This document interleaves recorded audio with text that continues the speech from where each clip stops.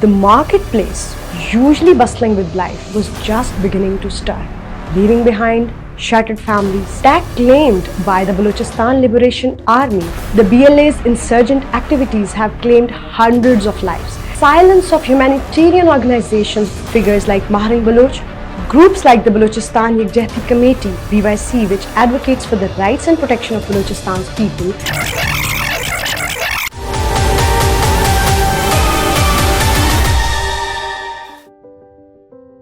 Zahir, a 27-year-old laborer and sole breadwinner of his family, stepped out of his modest home on a Saturday morning, heading to work near Sibi, Balochistan. The sky was cloudy, casting a soothing grey hue over the rugged terrain.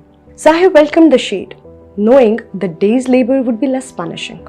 His mind, however, was heavy with the thoughts of his bedridden mother, his physically challenged elder brother, and the twin daughters who had been asking for new school bags.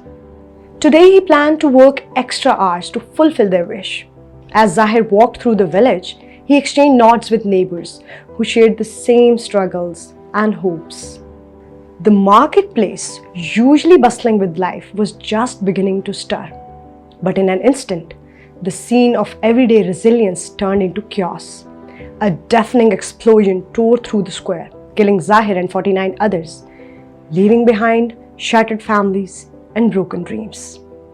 The attack claimed by the Balochistan Liberation Army (BLA) is a part of a tragic and ongoing narrative in the region.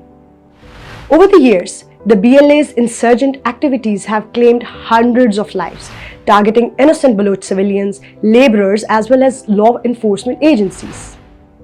Beyond the immediate loss of life, these attacks render critical development projects, schools, hospitals, and roads incomplete or abandoned, depriving communities of essential services and opportunities for progress, thus deepening the sense of depravity, especially among the youth. Zahir's daughters, Amna and Mariam, clutched their old school bags as their grandmother's cries echoed through their small home. Their father had promised them new bags, a promise now forever unfulfilled. Stories like Zahir's are all too common in Balochistan, where every family carries the weight of loss inflicted by violence. Adding to the tragedy is the silence of humanitarian organizations operating in Balochistan. Despite their active involvement in other crises, they remain conspicuously quiet on the atrocities committed by the BLA.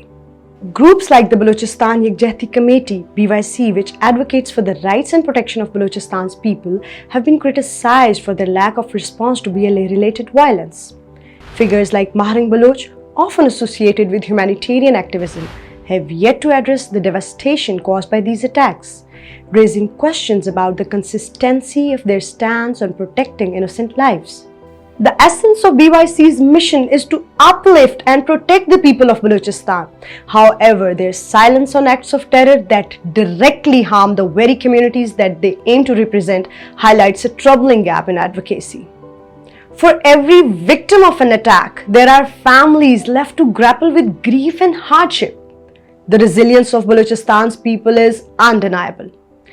But resilience cannot be a substitute for safety, justice, and progress. How many more Zahirs must be lost before the region sees the peace and prosperity its people deserve?